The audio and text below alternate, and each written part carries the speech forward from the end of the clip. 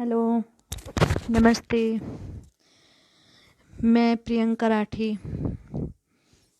कस्बा टीकरी, जिला बागपत, उत्तर प्रदेश से। मैं आज विश्व विकलांगता दिवस के इस उपलक्ष्य पर लाइव आई हूँ। मैं सबसे पहले तो धन्यवाद करना चाहती हूँ हमारे सर डॉक्टर सोदान सिंह तरार जी का, जो इस टाइम युगांडा अफ्रीका में है और भारत के मूल निवासी हैं। उन्होंने इतने बिजी शेड्यूल से निकाल कर भी समय दिया और इस पेज पर लाइव आने के लिए भी मौका दिया। इसके लिए मैं सर का बहुत बहुत धन्यवाद करना चाहती हूँ। और समस्त अंतर्राष्ट्रीय आदर्श एवं शिक्षा मंच का भी मैं धन्यवाद करना चाहती हूँ, जो अपना कीमती समय में से समय निकाल कर मुझे दिया। मैं आपको बता देना चाहती हूँ कि अभी थोड़ी देर पहले हमने कुछ वीडियोज पोस्ट किए थे और समाज में वो तबका जिसे दिव्यांग कहा जाता है, दिव्यांगता, यूँ तो लोग दिव्यांगता दिवस मना रहे हैं। आज के दिन कोई हेल्प करता है, कोई सम्मानित करता है, बहुत तरीके से इसको मनाया जाता है। लेकिन मुझे नहीं लगता कि ये सब चीज़ें करने से दिव्यांगों को कोई विशेष दिशा मिलेगी। आज का जो मेन मुद्दा है वो हमारा रोजगार का मुद्दा है। रोजगार, जिसे मैं कहना चाहूँगी भारत सरकार भी रोजगार के मामले में विफलता दिखा रही है। अभी कुछ दिनों पहले कुछ लोगों ने इकट्ठा होकर दिल्ली में धरना प्रदर्शन किया था। देखिए, दिल्ली में धरना प्रदर्शन जो हुआ था वो इस टाइम भी हो रहा है। किसान आंदोलन चल रहा है। किसानों के पास पावर है, शक्ति है, और संपूर्ण देश में उनकी जो अधिकता है उसी के बल पर हो रहा है। कुछ पहले भी हुआ था, रेल की पटरियां तक उखाड़ दी गई थी। खैर, उनके पास पावर है, हम लोग तो पावरफुल नहीं हैं। हम तो गिर जाए उठ भी नहीं सकते, हमें तो उठाने के लिए भी आप लोग ही आएंगे। तो उन दिव्यांगों को जो दिल्ली में जाकर के अपने रोजगार की मांग कर रहे थे, सरकार ने लाठी चार्ज कराई पुलिस के द्वारा। कितना घिनौना कृत्य रहा है ना ये। और गाड़ियों में बैठा के अलग अलग क्षेत्रों में जाके छोड़ दिया गया। ये हमारी मांगे मानी गई। देखिए, जितने ये जो आंदोलन होते हैं और ये जो अलग अलग जगह कहीं धरना प्रदर्शन हो रहा है, कहीं तोड़फोड़ हो रही है, कहीं कुछ भी हो रहा है, सरकार सबको कंट्रोल कराती है। लेकिन दिव्यांग तो बेचारे कुछ भी नहीं कर सकते, तो उनके बारे में कोई कुछ नहीं सोचता। सिर्फ योजनाएं कागजों तक सीमित रहती है और हम लोगों तक नहीं पहुंच पाती। देखिए, अभी एक छोटा सा मुद्दा है रोजगारी का, तो मैं उसी बेस पर बताना चाहूँगी कि हमारा देश, भारत सरकार जो हमें रिजर्वेशन दे रही है, कहीं 3% मिलता है, कहीं 4% मिलता है। तो 3% और 4% जो मिल रहा है हमको, उसी में मैं बताऊंगी आपको कि हमें किस तरीके से आरक्षण मिलता है, किस तरीके से रिजर्वेशन मिल रहा है हमको। सबसे पहले तो जब मतलब पहले मिलता था, सिर्फ एक कैटेगरी होती थी फिजिकल हैंडीकैप, PH, उसमें हम लोगों को मिलता था। उसमें सभी श्रेणी आ जाया करती थी। फिर थोड़े दिन बाद उसमें अलग चेंज हुआ, OH, VH and HH, 3 categories आई। उन कैटेगरीज की बात जो होती है, वो OH जो होते हैं वो ऑर्थोपेडिक हैंडीकैप होते हैं। उनमें एसिड विक्टिम्स आते हैं और ड्वार्फिज्म लोग भी उसी में आते हैं, और एक्सीडेंटल केसेज भी उन्हीं में आते हैं। हड्डियों से रिलेटेड तो सभी कुछ उन्हीं में होता है। सेरेब्रल पाल्सी, जो बोलने में असमर्थ होते हैं, वो भी उन्हीं में आते हैं। ये मैं नहीं कह रही हूँ कि बड़ा रिसर्च बोल रहा है। तो खैर, HH और VH तो अलग कैटेगरी हो गई, उनमें क्या बोलूँ, वो तो सरकार ने अपने तरीके से किया ही है। अब देखो, एक बंदा जिसकी एक छोटी सी उंगली कट जाती है, या मान लो 2 उंगली कट गई हाथ की, बाकी तो ठीक है। मैंने देखा है उन लोगों ने भी 40% के अपने डिसेबल सर्टिफिकेट बनवाए हुए हैं। वो लोग 40% को ले जा कर के, देखिए, जिस टाइम वो पढ़ने के लिए जाते हैं, वो दौड़ दौड़ के अपना सारा काम कर लेते हैं। अपना सारा काम खुद करके वो टाइम से पहुंच जाते हैं और एग्ज़ाम टाइम पर भी चले जाते हैं। दिमाग अच्छा होता है या ना भी होता है, वो किसी भी कारण से रिजर्वेशन के बल पर सिलेक्शन पा लेते हैं। अब देखिए समस्या, उस ओएच कैटेगरी में एक व्हील चेयर यूजर आता है जो खुद नहीं जा सकता। उसे सीढ़ियों से उतरने के लिए भी दूसरे 2 लोगों की हेल्प की नीड होती है। हमारी प्रिय सरकार ने उसको भी उसी आरक्षण की श्रेणी में रख दिया, और उस आरक्षण की श्रेणी में जब हम लोगों को रखा गया तो वहाँ ये नहीं देखा गया कि इसका असली उपभोक्ता कौन होना चाहिए। बस उन्होंने श्रेणी देखी, मार्क्स देखे और कर दिया। वो भाई साहब जो आके अपना घर भी संभाल लेते हैं, प्लस अपने घर परिवार को सबको संभाल लेते हैं, उनको भी नौकरी मिली है। और एक 90%, 95%, 85%, 80% स्टिक यूजर्स, व्हीलचेयर यूजर्स। और कुछ लोग तो ऐसे होते हैं जिनकी व्हीलचेयर भी दूसरे ही यूज करने के लिए रखने पड़ते हैं। उन लोगों को वहाँ आरक्षण का कोई खास लाभ नहीं मिल पाता। साहब, हम ओएच कैटेगरी से बिलोंग करने वाले लोग होते हैं। मैं आपको बता दूं कितनी समस्याएं होती हैं ज़िंदगी में, कितनी प्रॉब्लम्स होती है। जब हम बच्चे होते हैं ना, स्कूल हमें एडमिशन नहीं देता कि आप नॉर्मल बच्चों के साथ एडजस्ट कैसे कर पाओगे। बच्चे खिल्लियाँ उड़ाएंगे, मजाक उड़ाएंगे, हमारे पेरेंट्स को डराया जाता है सारी बातें बताकर। आप बच्चे को स्कूल में जाओगे, आपके बच्चे की इंसल्ट करेंगे बच्चे, आप कैसे बर्दाश्त कर पाएंगे। आप एक काम कीजिए, घर पे रह लो, अपने बच्चों को घर पे रख लो, वहीं पे कोई ट्यूटर लगा लो, पढ़ लो, और जब फाइनल एग्जाम्स होंगे ना तो यहाँ से करा ले जाना। जब बच्चा घर पे रहेगा, स्कूल में एडमिशन रहेगा, वहाँ पे फीस देगा। मैं बता दूँ, कोई प्राइवेट स्कूल फीस माफ़ करने में खुश नहीं है, करते ही नहीं है, अपनी बहुत सारी प्रॉब्लम्स गिनवा देते हैं। फिर खैर किसी कारण से बच्चा स्कूल कर जाता है, जब पहुंचते हैं आगे बड़ी क्लासेज में, टीचर्स तक ये बोल देते हैं, बेटा तुम्हें देखकर बड़ा दुख होता है, तुम घर पे रह लो। ऐसा सुनने में नहीं आता, ये रियलिटी है। और फिर दूसरी बात आती है, जब हम लोग गांव से निकलकर, शहर वालों की बात नहीं है सर, वो लोग तो शहर में ऑलरेडी सेटल होते हैं, सिर्फ कॉलेज तक आना जाना, कोचिंग वगैरह वगैरह आना जाना रहता है, वो एडजस्ट कर लेते हैं। कुछ लोग होते हैं जो गांव से निकल कर के सीधा शहर जाते हैं। शहर जाने पर वहाँ उन लोगों को किन किन समस्याओं का सामना करना पड़ता है मैं आपको बता दूं। हैंडीकैप लोगों को हॉस्टल्स में रूम नहीं मिलते, ये बोल कर के मना कर दिया जाता है कि हमारे बच्चे आपके साथ एडजस्ट नहीं कर पाएंगे, हम आप एक के बदले में अपने 10 बच्चों को नहीं कर सकते यहाँ से विदा, क्योंकि हमारा बिजनेस है, कोई मानवता का धर्मशाला नहीं है। ऐसे ऐसे वर्ड सुनने में मिलते हैं। अब इन चीज़ों से थोड़ा सा हट कर के चलिए, ये रियलिटी है, ये कोई बनी बनाई बात नहीं है। ये वो सर्वे नहीं बोल रहा जिस सर्वे के अनुसार, मतलब जिस सर्वे को ध्यान में रख कर के गवर्नमेंट ने हमारे लिए बिल पास किए हैं, अमेंडमेंट पास किए हैं, हमको जो आरक्षण मिला है, ये वो वाला सर्वे नहीं बोल रहा है सर। ये वो सर्वे बोल रहा है, ये वो सर्वे बोल रहा है जो धरातल पर है, जिसको जिया जाता है। उसी चीज़ में कोचिंग्स में जब जाते हैं ना, मैंने बताया ना, एक बंदे की 2 उंगली कट जाती है, 4 मंजिल पर भी कोचिंग होता है, कोई दिक्कत नहीं होता, आसानी से चढ़ जाता है। प्रॉब्लम सर उसको आती है जो खड़ा नहीं हो पाता, सर्दियों के दिनों में अपने हाथ ठंडे ठंडे फर्श पर रख कर के 4-4 मंजिल चढ़ कर जाता है और वहाँ पढ़ के आता है। वो तो संघर्ष बाद का है, उससे पहले तो एक मुसीबत खड़ी हो जाती है कि हमें एफिडेविट बना के दे दो, अगर आप 4 मंजिल से गिर गए तो आपका जिम्मेदार कौन होगा। क्या सरकार जिस टाइम उन लोगों को लाइसेंस प्रदान करती है, जिस समय उनको मान्यता देती है, क्या ये सारी चीज़ें ध्यान में नहीं रखते कि अगर आपके यहाँ 4 मंजिल का कोचिंग सेंटर है तो आपको यहाँ पर क्या व्यवस्था होनी चाहिए। मुझे नहीं लगता किसी कोचिंग सेंटर के पास व्हीलचेयर हो, लिफ्ट की बात तो दूर है, सीढ़ियों से चढ़ के आना जाना होता है। अब देखो, कंपेरिजन करो, एक बंदा जिसकी 2 उंगलियां कटी है और एक बंदा जो व्हील चेयर पर है, कैसे 4 मंजिल तक चढ़ के जाता है, कैसे उतर के आता है। वो बंदा 2 मिनट में चला जाता है, लेकिन उस बंदे को पूरा 20 मिनट लग जाता है।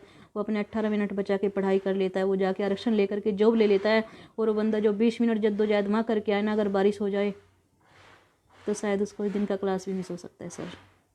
This is the reality. हम इस समाज में जी रहे हैं,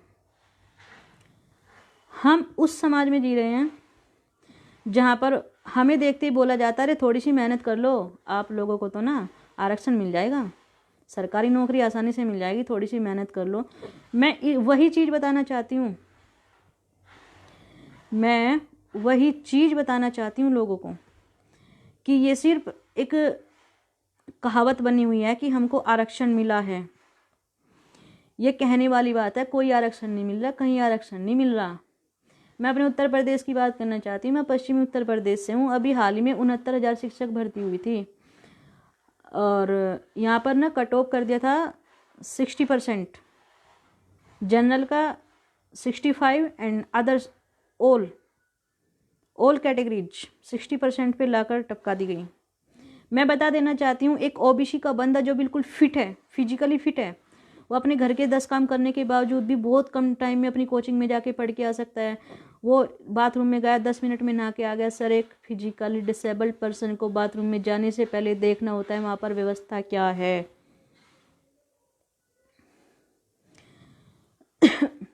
उसे देखना होता है कि वहाँ पर व्यवस्था क्या है,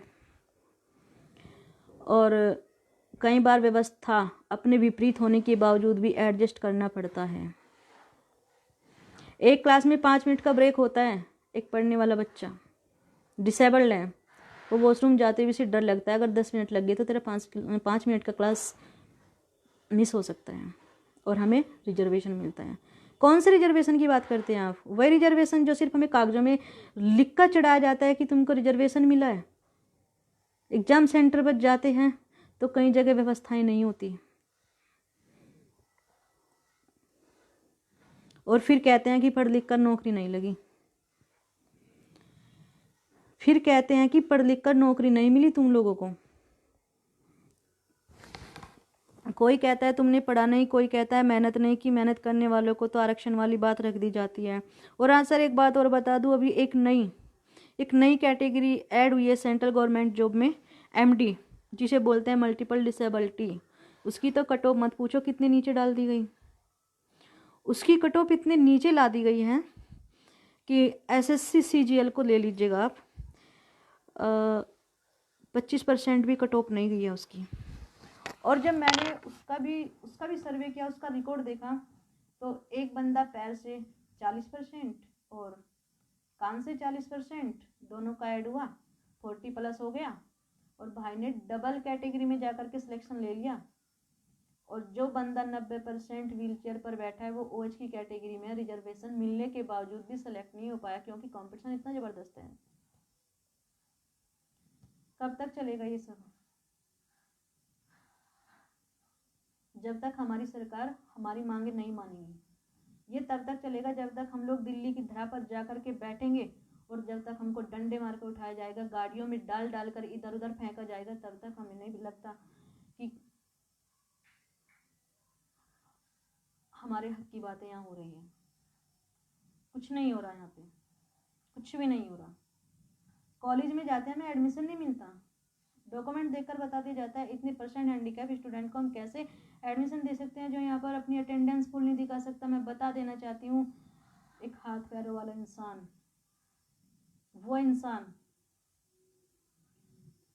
जो बिल्कुल सक्षम है, वो कॉलेज में नहीं जाता, गुंडागर्दी करने जाता है, पढ़ाई करने नहीं जाता, और वहाँ पर उसकी अटेंडेंस फुल दिखाई जाती है, और कभी उसको कॉलेज में क्लास में नहीं देखा जाता।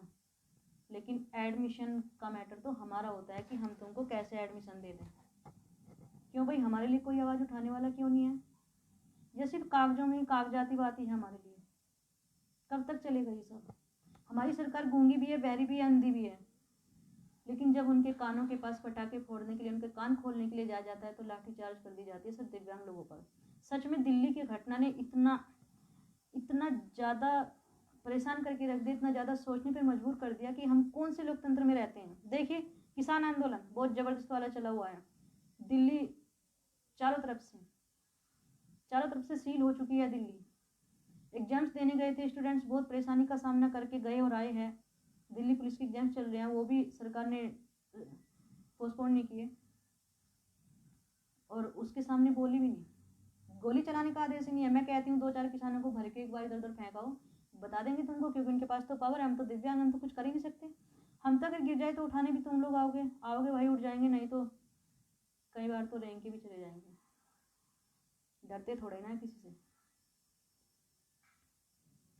पर पता नहीं क्यों। खैर चलो, ये तो आरक्षण का मामला है, इसको तो छोड़ देना चाहिए।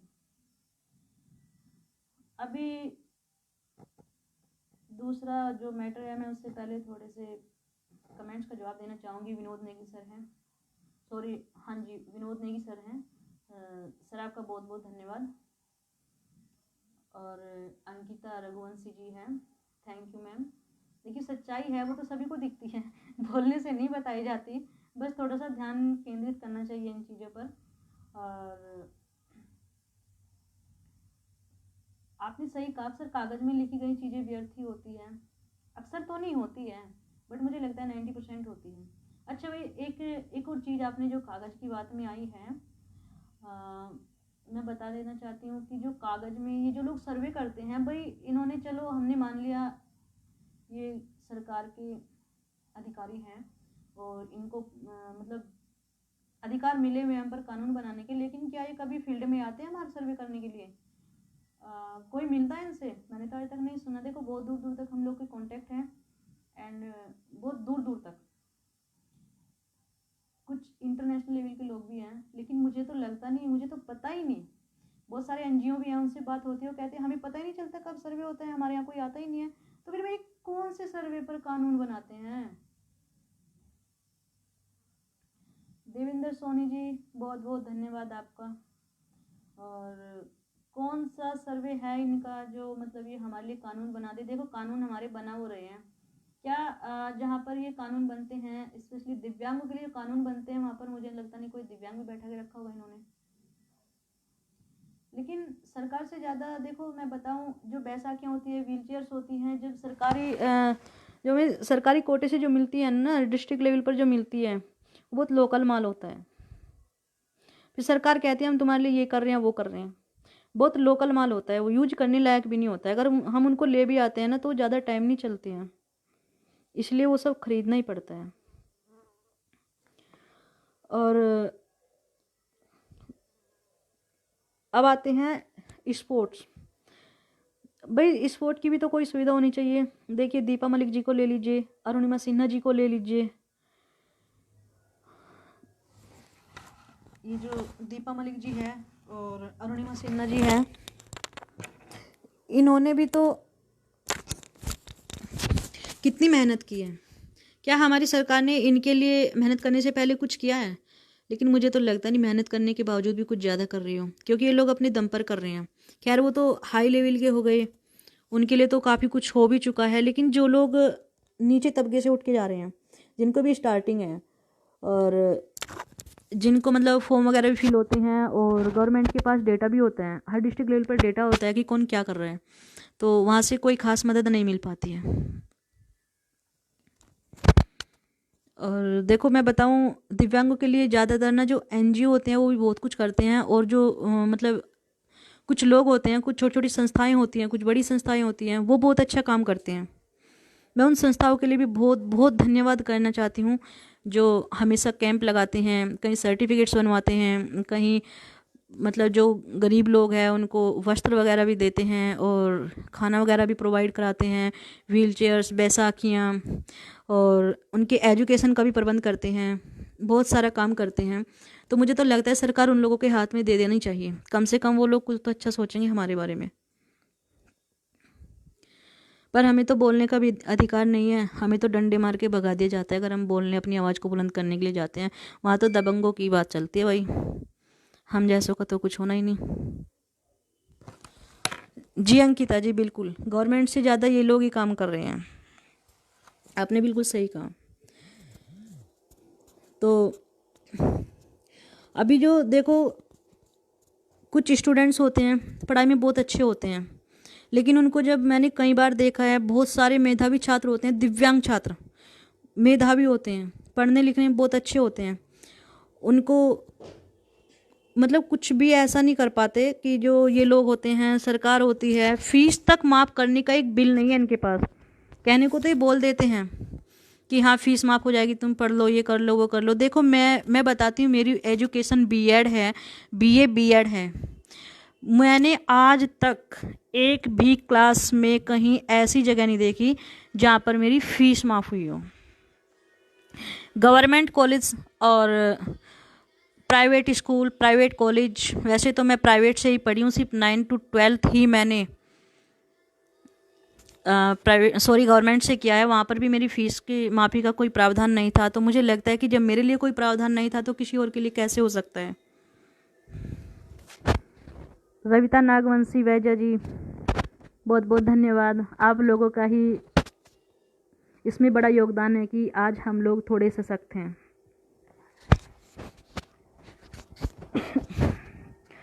तो अभी जो आगे जो बात होती है, जो दिव्यांगों का जो संघर्ष होता है गवर्नमेंट जॉब में जाने के बाद।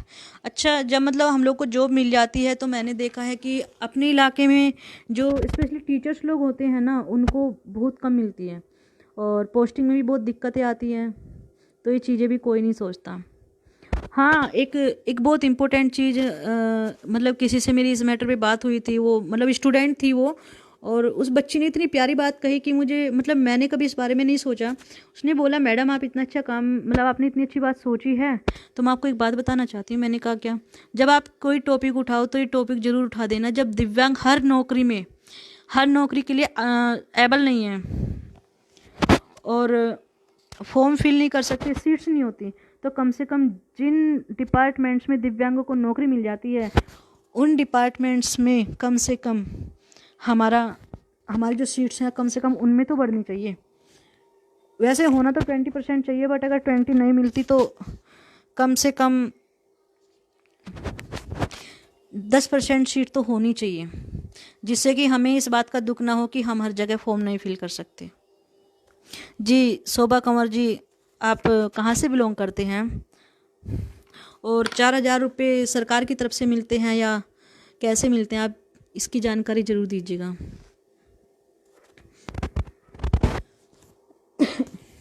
तो देखो, जब सरकार हमें हर डिपार्टमेंट में जॉब नहीं दे सकती तो कम से कम जिस डिपार्टमेंट्स में दे सकती है उसमें हमें सीट्स तो देनी चाहिए। हमारी कट ऑफ थोड़ा तो नीचे लाइए, हमारी ओएच की कैटेगरी में थोड़ा तो चेंज करिएगा। ऑर्थोपेडिक हैंडीकैप, जिसमें बहुत सारी कैटेगरीज आती हैं, कम से कम उनको थोड़ा डिवाइड कर दो। अरे भाई, जब आप लोगों ने इतनी सारी, मतलब अब तो 4 कैटेगरी हो गई, एक एमडी की आ गई, अदर पीडब्ल्यूडी की भी आ गई, मतलब ओएच की भी कर दीजिएगा ना। 80% प्लस वालों को थोड़ा सा मतलब इनको थोड़ा सा और सहयोग करिए तो शायद ये लोग भी अपने पैरों पर खड़े हो जाएंगे। लेकिन कोई नहीं सुनता है, लट बजा देंगे भाई। दिल्ली जाने से बहुत डर लगता है सच्ची में। एग्जाम्स वगैरह देने भी जाते हैं। और हाँ, एक चीज़ और, जो हमारे यहाँ कॉलेज होते हैं, कॉलेज में देखो एग्ज़ाम देने के लिए जाते हैं भाई, जो दिव्यांग छात्र हैं उनको एग्ज़ाम देने के लिए जब हम लोग पहुँचते हैं तो कहीं ऐसी जगह तो होनी चाहिए कि हमारे नज़दीक हो, हमें दूर ना जाना पड़े। देखो, एक बार लखनऊ में हम एग्ज़ाम देने के लिए गए थे, अपने साथ की बीती घटना बता देना चाहती हूँ। वहाँ पर जाने के बाद इतनी तेज़ बारिश आ गई, हमारे पास डॉक्यूमेंट्स वगैरह थे, वहाँ कहीं खड़े होने की भी जगह नहीं थी। जब हमने जो वहाँ का स्टाफ था उनसे बात की तो उन्होंने बोला कि सॉरी, सरकारी आदेश है, हम तब तक गेट नहीं खोल सकते, और वहाँ बैठने तक की व्यवस्था नहीं थी। तो क्या दिव्यांगों के लिए इतना गंदा व्यवहार करोगे आप लोग? और जब मैंने उनसे बोला ठीक है कोई दिक्कत नहीं है, आप हमें अंदर नहीं लेके जा रहे हैं, तो भाई हम आपकी वीडियो बना के वायरल कर देते हैं कि हमारी सरकार ने, आपका इसमें कोई दोष नहीं है, सरकारी आदेश है तो इसमें तो सरकार को प्रॉब्लम होगी। तो पता नहीं वो सरकारी आदेश था या उनकी अपनी कोई बात थी, जब उन्हें लगा कि तुम्हारी वीडियो बन जाए, ये सारे सवालों के तुम्हें जवाब देने पड़ेंगे, तो फिर उन्होंने हमें अपनी गाड़ियाँ दे दी कि आप इसमें बैठ जाइए, बाहर खड़ी कर दी। जी शोभा कंवर जी, अच्छी बात है। 4,000 रुपये सालाना मिलते हैं, हमारे यहाँ मिलते होंगे मुझे नहीं पता, लेकिन मुझे कुछ नहीं मिला। हमें तो न बीए में कोई स्कॉलरशिप मिली, न बीएड में कोई scholarship milli, and 10th 12th में मिली थी। 9th 10th 11th 12th सिर्फ 4 साल मिली थी।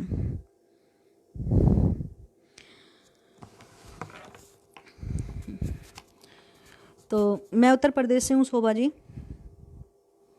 तो हमारे यहाँ तो मिलती होगी, मुझे वैसे मैं पता करूँगी, बट मुझे नहीं मिली क्योंकि मैंने तो फॉर्म वगैरह फिल किए थे, तो मुझे नहीं मिली। और मेरे साथ के और भी कई स्टूडेंट्स थे, उनको भी कहीं नहीं मिली।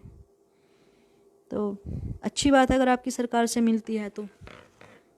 हमें तो यहाँ कुछ नहीं मिलता था, फीस भी नहीं माफ़ करते थे। बोलते थे कि जो प्राइवेट स्कूल तो बोलते थे कि भाई हम तुम्हें कैसे, मतलब हम हमारी सरकार थोड़े ना देती है, हम कैसे एडजस्ट कर पाएंगे तुम्हारी ये फ़ीस। हमें तो टीचर्स लोगों को भी सैलरी देनी होती है। बहुत सारी प्रॉब्लम्स उन लोगों ने गिनवा दी थी। खैर कोई नहीं, हम लोगों ने दे दी, हमें पढ़ना था जी। और तो मैं अपनी बात को तो देखो, कहने को तो कितनी बात बढ़ा लो हो जाती है, लेकिन हमारी सबसे बड़ी समस्या ये है, अगर हमें विश्व विकलांगता दिवस मनाना है तो हमें हमें इन सारी चीज़ों का निवारण चाहिए। उसी दिन तो हम विश्व विकलांगता दिवस मना पाएंगे। उसी दिन तो हम जो इसकी थीम रही है, जिस समय 1992 में स्टार्ट हुआ था, 1983 से 1992 तक का जो दशक था, उसको दिव्यांग उसकी जो मतलब 10 साल का जो पीरियड माना गया था, उसको उसकी थीम में लाया गया था। और तो उस दिन तब बोला था कि जो है संपूर्ण जो इसको बोला गया था संपूर्ण समानता एवं सर्वांगीण विकास, कुछ इस टाइप से इसकी थीम रही है। तो कहीं भी नहीं है समानता, तो कहीं भी नहीं है, कुछ भी नहीं है। क्योंकि जब एक भर्ती में हम लोग फॉर्म फिल करने के लिए चलते हैं ना, तो वहाँ भी भरना ही पड़ता है। और एक बोलते हैं कि वो जियो वगैरह, यूपी में तो जियो बनता था, कुछ टाइम पास भी बना है, जियो भी बना है, ट्रैवल पास जो होता है, बस रोडवेज बस। एक सच्चाई से और वाकिफ कराना चाहती हूँ कि रोडवेज बस वाले एक दिव्यांग इंसान को देख करके गाड़ियाँ तक नहीं रोकते हैं, वो गाड़ियाँ तक नहीं रोकते हैं। उन्हें पता है कि हम लोग उन्हें किराया नहीं देंगे, हमारे पास पक्का ट्रैवल पास होगा। ये भी एक बहुत बड़ी सच्चाई है। और कहते हैं कि तुम्हें तो यात्रा करने में बड़ी सुविधा है, पूरे भारत घूम लो, फ्री घूमोगे। ऐसा नहीं है। जो कागजी सच्चाई है ना वो कुछ और है, और जो धरातल की सच्चाई है वो कुछ और है। जो लोगों की मानसिकता वाली सच्चाई है वो भी तीसरे दर्जे की है। तो अब मतलब जो सीधे साधे से बन के हम जैसे लोग चल जाते हैं, गाड़ी में चढ़ जाते हैं कि सर देखिए हमारे पास तो पास है, अरे नहीं मैडम यहाँ नहीं चलेगा, ऐसे कैसे, देखो ये तो प्राइवेट बस है, ये है वो है। तो क्या मतलब हमारी सरकार प्राइवेट बस वालों को ऑर्डर नहीं करती है कि हम दिव्यांग उनकी नज़रों में नहीं होते, या हम प्राइवेट बस में जिस टाइम ट्रैवल करते हैं हम वहाँ पर दिव्यांग नहीं, बिल्कुल एकदम फिट इंसान की तरह जाते हैं। पता नहीं भाई कैसे कैसे लोग कानून बनाने वाले बैठे हैं। और हाँ, जो लोग इन कानूनों का नाजायज़ फ़ायदा उठाते हैं, एक नज़र उन पर भी डाल लेते हैं साहब। जो हमारे यहाँ हैंडीकैप सर्टिफिकेट बनते हैं ना, अगर 20% का होता है ना, 30% का होता है ना, तो डॉक्टर से सेटिंगबाजी करके 40% का बनवा के लोग जॉब ले लेते हैं। अभी मैं मतलब कुछ टाइम पहले हमने देखा था, बस में एक बंदा चढ़ा और वो एक्टिंग करके, एक दिव्यांग की एक्टिंग करके चढ़ा, उसने सीट ली, और सीट लेने के बाद जब उसके वो अपनी जगह पर आया, उसने किराया भी नहीं दिया और उल्टा ही लज गया। तो वहाँ से निकलने के बाद जब वो गाड़ी से उतर के चला तो एकदम बिल्कुल अच्छी तरह गया और हंसता हुआ जा रहा था। तो उस चीज़ को देखकर भी धक्का लगा कि अजीब ही आ रहा है। मतलब जो ऐसा काम कर रहे हैं, जो इसके लायक हैं, जिन्हें ये मिलने चाहिए प्रॉफिट्स, उन लोगों को तो प्रॉफिट मिल नहीं रहे हैं। और जो लोग तेज हैं और चालबाज हैं, घपलेबाज हैं, जिनको हम कह सकते हैं एक तरीके से काफिर कहने में कोई दिक्कत नहीं होगी, क्योंकि इन लोगों की वजह से ही कई बार हम लोगों को हमारा अधिकार मिलने से हम वंचित रह जाते हैं। तो सरकार को इन लोगों के खिलाफ भी कानून बनाने चाहिए। तो आज की बात तो इतनी है। देखो बताते चाहे कितने भी चले जाएं, बहुत सारी बातें। ये तो मेरे अपने विचार हैं। अगर आप मेरे जैसे 10 लोगों को बैठा लोगे तो पता नहीं कितने सारे लोगों के कितने विचार मिल जाएंगे आपको, एंड कितनी सारी प्रॉब्लम्स मिल जाएंगी आपको। लेकिन समाधान तो यहाँ थोड़ी का भी नहीं होता है भाई। चलो खैर, आप लोगों ने अपना कीमती समय दिया, उसके लिए बहुत बहुत धन्यवाद आप लोगों का। और हमने अभी जो एक छोटा सा कंपटीशन रखा था, जो दिव्यांग लोगों के लिए, उनकी विचारधारा की स्पीच और कविताएं हमें बहुत सारी मिली है। और जो उनमें से अच्छे लगे, जो मतलब हमें अच्छे लगे और हमें लगा कि यही वाले मतलब होने चाहिए कंपटीशन में, तो हमने उनमें से कुछ छांट करके अपलोड किए हैं पेज पर। आप लोग ज़रा एक बार उन पर भी विजिट करें, उनको भी देखें, अपनी प्रतिक्रिया दें। अच्छा लगेगा, उन लोगों की हौसला अफजाई कीजिए जो जीवन के संघर्षों से उभर कर यहाँ तक आए हैं। और एक बार मैं कमेंट पर नज़र मार लेती हूँ।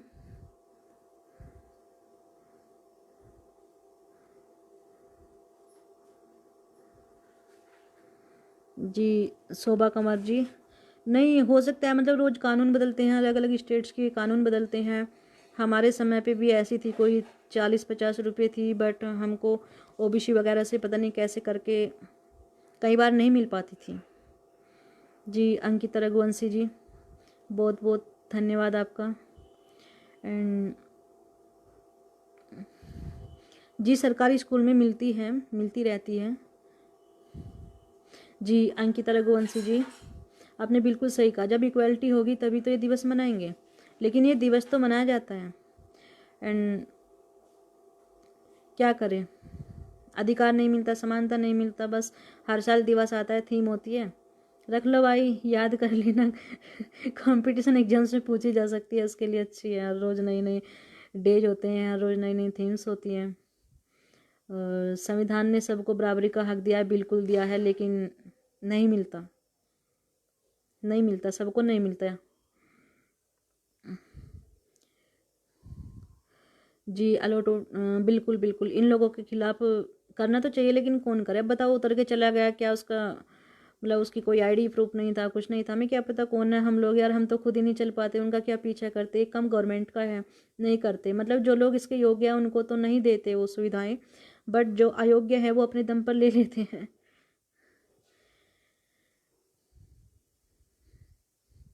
जी रविता नागवंशी जी, योजनाएं तो बहुत है, पर असमानताएं सभी जगह बिल्कुल है। इन असमानताओं को खत्म करने के लिए ईमानदार, योग्य, मानवीय लोगों की आवश्यकता तो है, लेकिन कौन कौन बनेगा मानवीय? जब एक बंदा गवर्नमेंट जॉब में जाता है, वो रिश्वत दे के जाता है, निश्चित सी बात है, जब वो यहाँ से रिश्वत दे के गया तो वो आगे जाकर रिश्वत लेगा। अब उनकी मानवीयता तो यहीं पे ख़त्म हो जाती है, तो फिर आगे तो अमानव ही जाएंगे ना।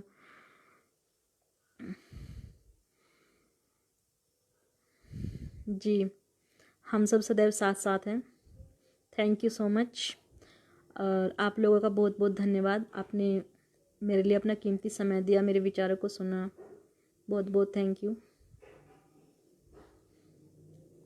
ओके फिर मिलते हैं, नमस्ते।